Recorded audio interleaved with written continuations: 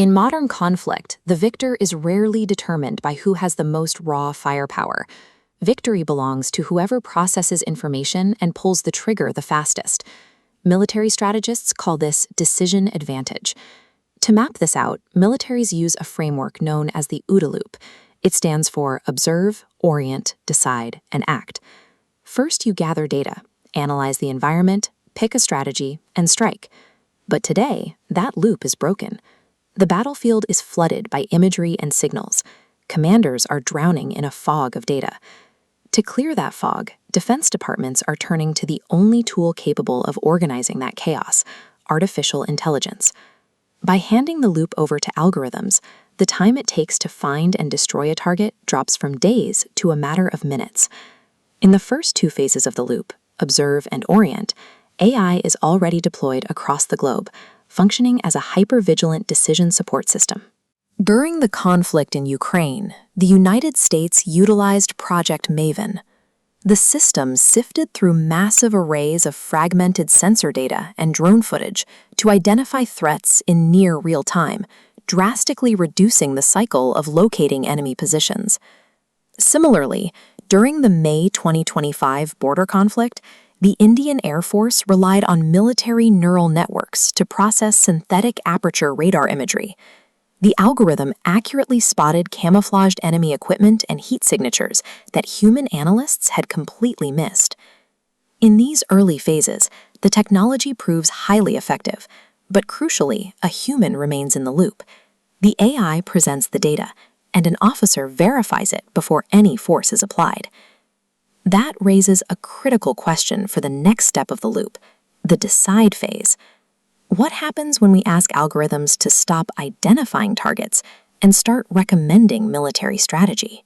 To find out, researchers recently placed frontier large language models like GPT 5.2 and Claude in control of both sides of a simulated nuclear crisis. This flowchart outlines the strict cognitive architecture.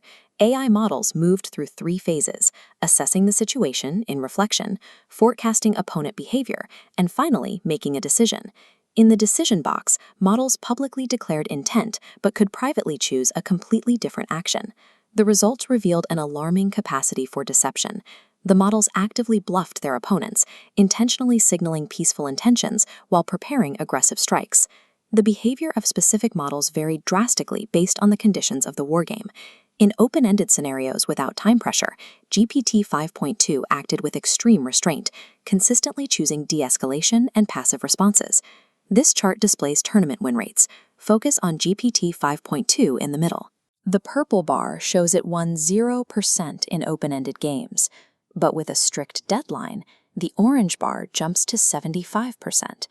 Facing defeat, the AI abandoned restraint, launching surprise attacks.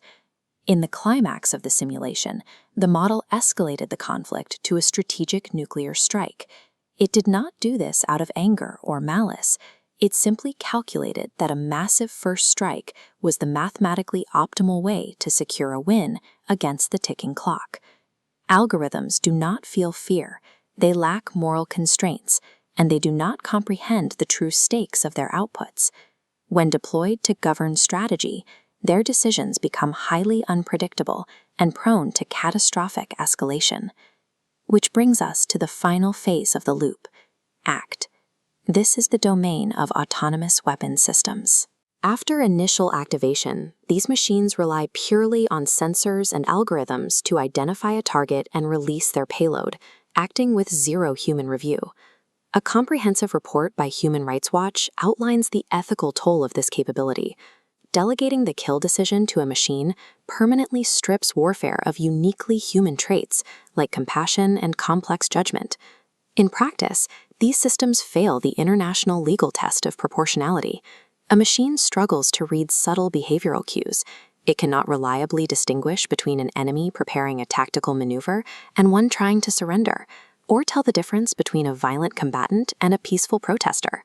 By automating the application of lethal force, autonomous systems inherently reduce living human beings to mere data points, violating the international right to human dignity. AI is an unparalleled tool for processing the chaos of the modern battlefield. But the OODA loop must never be fully closed by